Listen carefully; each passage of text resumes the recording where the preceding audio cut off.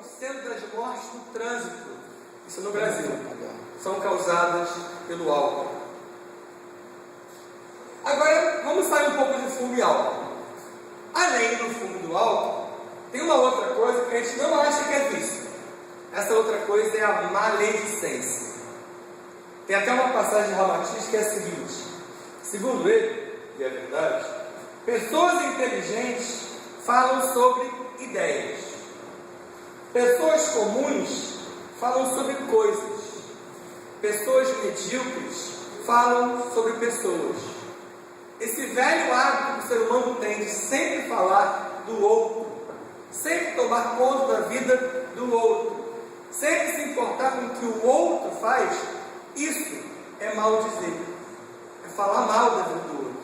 Porque é mais fácil criticar o outro e não fazer uma autocrítica. Então a maledicência é vício. Observa como a pessoa não conhece, não sabe de algumas pessoas que têm isso como hábito. Aquelas pessoas que ficam na janela controlando a vida dos outros, sabem que a hora que a pessoa chega, que a pessoa sai, que a pessoa fez, quem entrou ali. Isso é tomar conta da vida do outro. Isso é vício, gente. Isso destrói aquela pessoa. Isso atrai em torno dela seres ligados a esse tipo de problema. Outros, como eu falei da carne como alimento, vou me aprofundar nela. Mas a carne como prática sexual também é vício. Não que não possa ser feito. Jorge Andrés explica muito bem isso. Ramatiz também. O sexo hoje para o ser humano ainda é necessário como uma troca energética, mas natural, normal, como seu parceiro. Além do objetivo da reprodução, que é primário, o objetivo da troca energética, do equilíbrio energético, nós ainda precisamos. Na nova era, chegaremos a uma etapa que o homem terá isso melhor equilibrado. Mas o uso do sexo de maneira desregrada, de maneira como é feito hoje, nas festas, em qualquer lugar, com qualquer um, isso é vício. Aquela velha desculpinha de que a carne é fraca, né? Todo mundo fala isso. A carne não é fraca. Quem é fraco é o espírito. Não existe carne forte ou carne fraca. A pessoa que cede alguma coisa desse tipo é ela espiritualmente que está sendo fraca. Os entorpecentes, além dos legalizados, que são os remédios de 1000 que nós falamos por aí. Aliás, o hipocondríaco é um viciado. Aquele cara que precisa de remédio para acordar, para dormir, para levantar, para sentar, para comer, para não comer. Tudo é motivo para tomar remédio, isso é vício. Não digo aquelas pessoas que têm uma série de remédios prescritos direitinhos pelo médico que necessitam. Isso acontece, é diferente. Mas tem gente que faz questão de ter uma dorzinha de cabeça para tomar mais uma vez ao dia. Isso é vício. E os entorpecentes são aqueles outros mais graves, as drogas de maior poder de agressão, que até bem pouco tempo era cocaína, era heroína, depois apareceu o crack. Hoje em dia nós temos o ox, que é ainda pior. O crack já era o refúgio da cocaína. O ox é ainda pior do que ele. É mais avassalador, é mais viciante, é mais destruidor.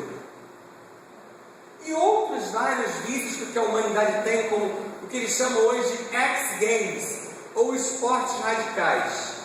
São essas pessoas que têm sempre que pular de um bungee jump, pular de asa delta, vira e mexe, morre um. Isso é suicídio. A não ser que você seja um praticante profissional daquilo, que você estude para aquilo, que você se dedique para aquilo, você ficar fazendo aquilo por adrenalina. Ser, por exemplo, piloto de Fórmula 1 profissional é uma coisa. O cara querer fazer Fórmula 1 na rua, como nós vemos vários fazerem, é outra. Ele querer ter emoções, querer adrenalina, isso é vício. Isso, quando você morre, você é um suicida potencial. Além de os vícios hoje em dia, como internet, é maravilhosa. Muito da pesquisa que eu faço no doutorado aqui sai de lá, mas é vício. Porque tem gente que não consegue mais se desplugar. Eu vejo isso hoje em dia em sala de aula com meus alunos.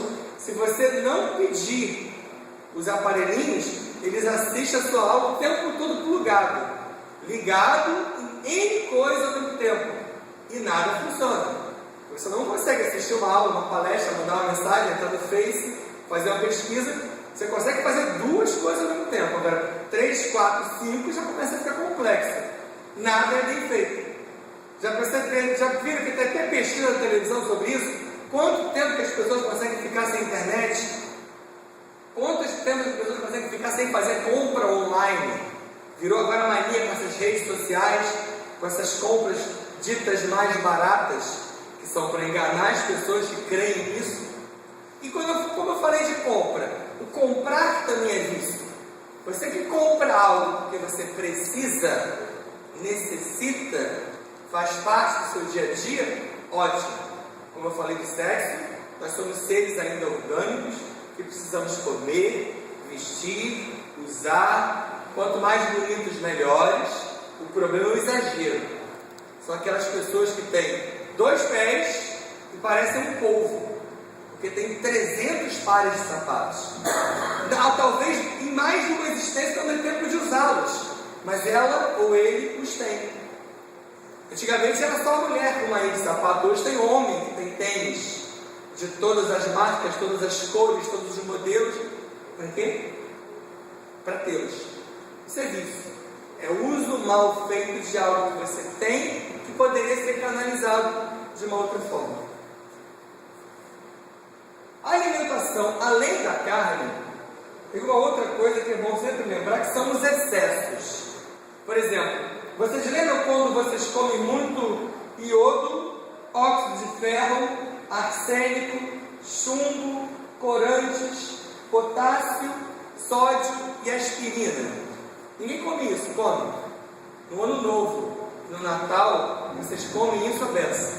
Isso aqui faz parte daquele coquetel de preparados que vão nos molhos, que vão nas carnes, que vão naqueles caldos.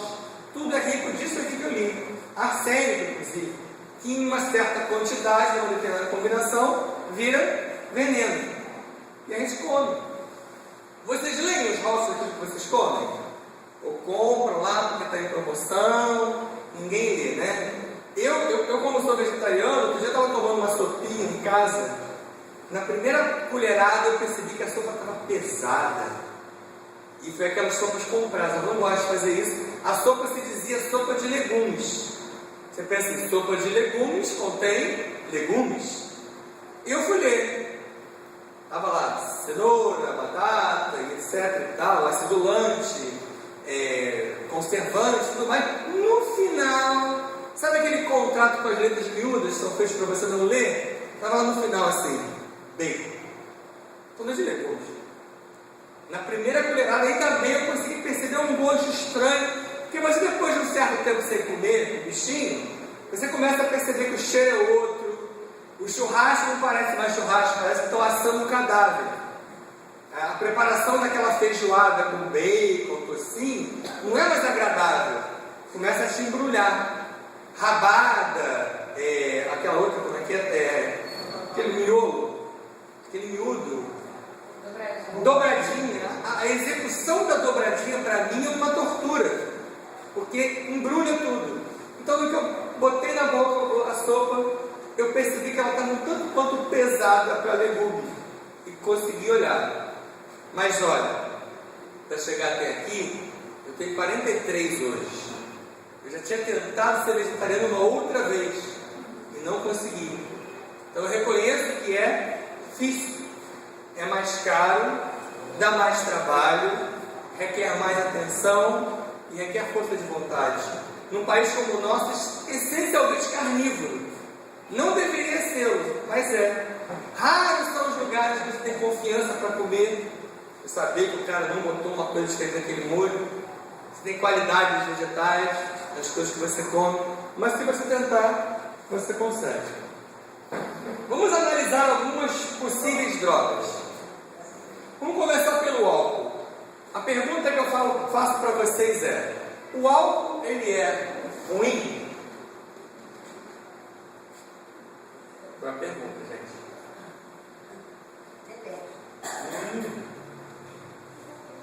De quê? Depende do quê? Depende do uso, do emprego que você faz dele. Ou seja, o álcool utilizado como combustível, como quando utilizado para limpeza, tanto em álcool gel como em álcool líquido, nas farmácias para desinfetar, se bem que existe uma história na recente, que aquele álcoolzinho desinfetado não desinfeta mais a nada. Mas durante muito tempo a gente acreditou que desinfetava, tomamos várias injeções daquilo, desinfetou. Está todo mundo aí. Agora, quando você resolve utilizar aquele álcool para outros fins, ingeri-lo, já não é tão bom assim. Tem pessoas viciadas em álcool que tomam inclusive esse álcool de limpeza. Eu conheci uma cerveja numa escola que eu trabalhei, além de beber perfume, infelizmente uma das funcionárias roubava o álcool para misturar com groselha e tomar aquilo como bebida alcoólica. Olha o tamanho do vício, olha quanto chega o vício. O pessoal vai perdendo a noção, não é mais só a cachaça, a vodka, é álcool. É qualquer coisa que dê uma sensação parecida e ela vai se abandonando. O alcoólatra, ele é um doente que se enferma por livre e espontânea vontade. Inicialmente a culpa, gente, como eu falei para vocês, em lei de causa e efeito, é tudo nossa.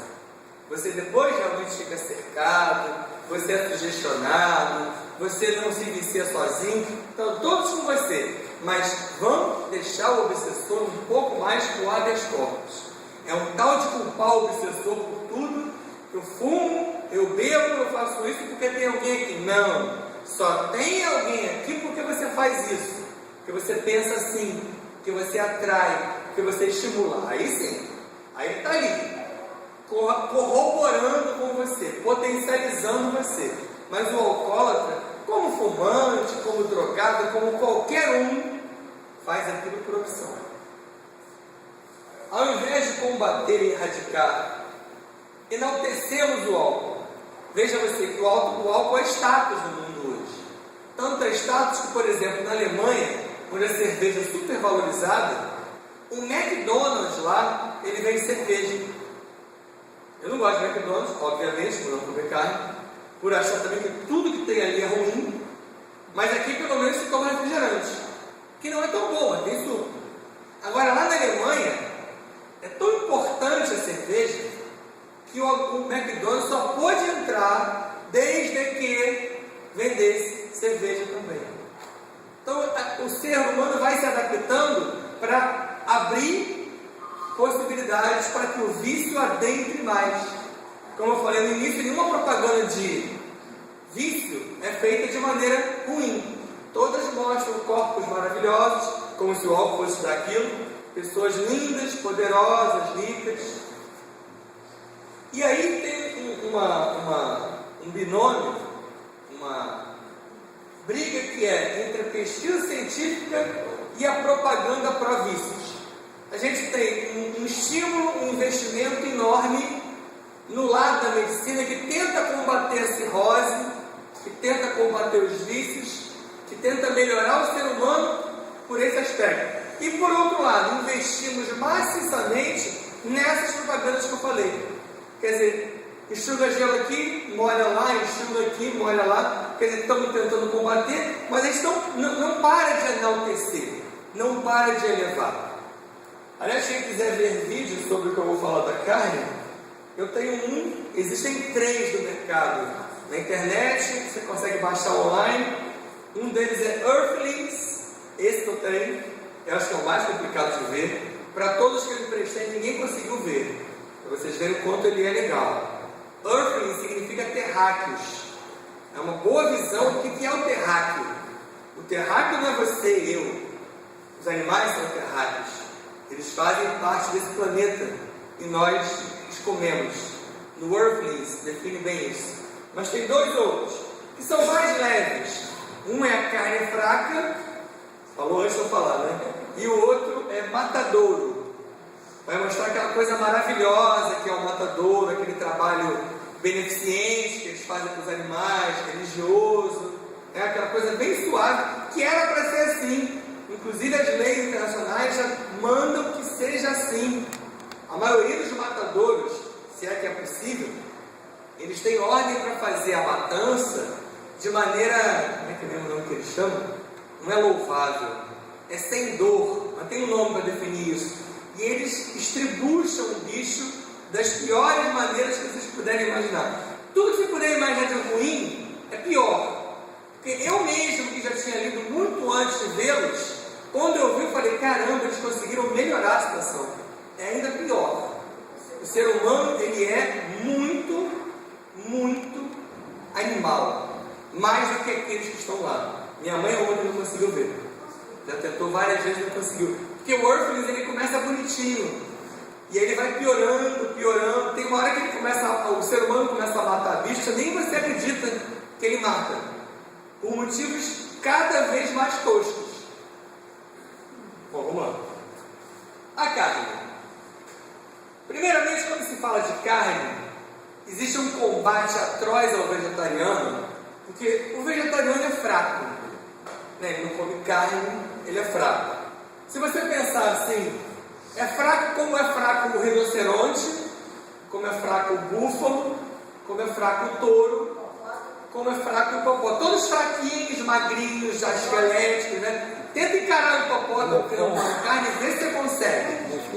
Porque o bichinho é um tanto quanto fortinho. Ele não come uma carninha ao longo da existência. E ele só mata por necessidade de defesa territorial. A mãe hipopótama é terrível, mas ela não come. Então, se o vegetariano é fraco, como é que esses cavalos que não comem carne sobrevivem? Por que só nós temos que admitir, não, eu sou carnívoro? Vou tentar mostrar para vocês que não. Duvido que eu consiga convencer a maioria, mas eu vou explicar tudo, está tudo embasado em alguns livros, inclusive livros espíritos que nós lemos a vida toda. Não mata o mosquito também, a mata do mosquito, não pode. Deixa o mosquito, espanta ele assim, fala para ele sair. No antigo paraíso, na nossa casa planetária de recuperação e higienização, lá atrás, Adão e Eva, que existiram, não daquela maneira, lá atrás, no antigo paraíso, por isso que o nome era paraíso, ninguém comia carne, ninguém matava outro ser, por isso que era paraíso. Não era paraíso porque era lindo, maravilhoso, e era, mas ainda é. Se você olhar o planeta hoje, ele é lindo. Nós é que fazemos dele alguns pedacinhos complicados. Se lá atrás você comia carne e se chamava paraíso, por que agora, depois de um tempão, que a gente acha que evoluiu, que a gente acha que melhorou, a gente come? Todo mundo fala também, inclusive médico. Se você for alguns médicos materialistas, carnívoros, eles dizem para você que você não vive sem carne. Ramatiz fala que para você basta diariamente 0,7 gramas por dia de proteína, não necessariamente proteína animal. 0,7 gramas está presente numa fatia de queijo Minas, numa porção de tofu, só.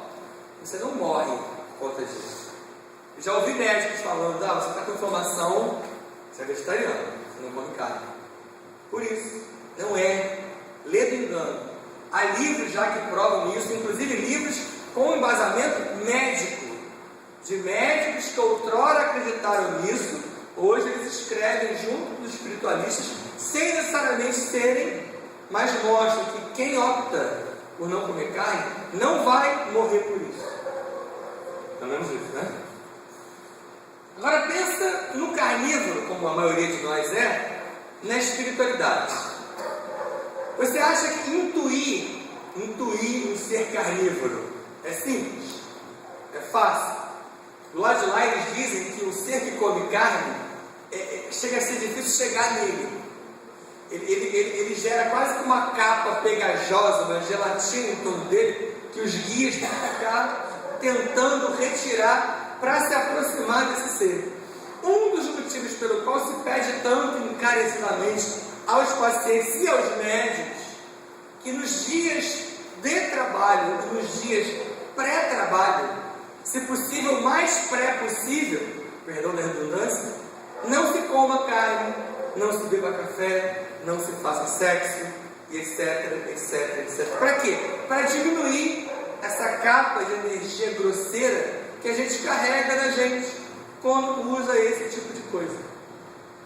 Agora também é complicado o cara que acaba a sessão espírita e vai para o bar, como nós já vimos tantos por aí. Beleza, ele ficou de abstinência uma semana, foi para a sessão, fez tudo, beleza. Acabou, ele vai para o boate, para a rede, para o boteco. Acabou de sair de uma limpeza e caiu de boca na laminha. Então, é contraditório. O que mais? Os guias dizem para nós que o acesso feito ao médium é feito por uma glândula que nós temos aqui dentro, chamada glândula pineal. A pineal de quem come carne, ela fica bloqueada. Eles acessam, mas é difícil. Eu não estou falando que todo mundo come carne e vai estar completamente bloqueado para o resto da vida. Não é isso. Mas para a pessoa que não o faz, é muito mais fácil esse acesso à pineal. Essa tentativa de passar mensagens, de ser intuído. Então, pensa desse lado. Segundo Ramatiz, no livro Fisiologia da Alma, vocês devem conhecer esse, né? Alguns devem ter até lido. Ele afirma que os matadouros e os nossos corpos carnívoros, que ele chama no livro de corpos cemitérios, olha que delícia que nós somos, são repastos energéticos dos obsessores apegados à matéria e à alimentação carnívora. Então, comer carne, segundo esse serzinho que vocês conhecem, é um passinho para a obsessão. Não é à toa que a gente vai ao centro há 22 anos e toda semana tem problema. Por quê, né? Por que a gente não melhora? Aí você fala, eu sou uma pessoa tão boa, eu bebo tão pouco, eu fumo tão pouco, eu como tão pouca carne, mas você não larga. Você não para de ter esses vícios repetidos, não para de tomar conta da vida do outro, não faz a reforma íntima, não faz o orar e vigiar. Então, fica bom hoje, e gente, quando eu falo isso, serve para os pacientes e para os médicos. Talvez para os médicos ainda mais, porque uma vez já aqui, para nós ainda é mais prioritário entender isso. E não tenho dúvida que colocar jaleco, colocar roupinha branca, não santifica ninguém. Da mesma maneira como eu estou falando tanto de vegetarianismo, ser vegetariano não é símbolo de santidade. Porque Hitler era vegetariano. Ele, sabendo do envolvimento energético que significava comer carne, do quão prejudicado ele ficaria nas magias, nos contatos com o outro lado que ele tinha, ele não comia carne. Mas sabemos o que ele fez. Então, não significa que fazer ou não fazer uma coisa santifica você. Se fosse isso, eu não estaria aqui, estaria levitando, porque eu não como carne. E é só isso que eu consegui até agora, foi não comer carne. Melhora, você se sente melhor, é bom para você, é bom para o seu trabalho, mas não faz de você melhor do que ninguém. Temos que melhorar em todas essas etapas que a gente fala aqui, ao longo das 24 palestras. E para isso, falta um longo caminho.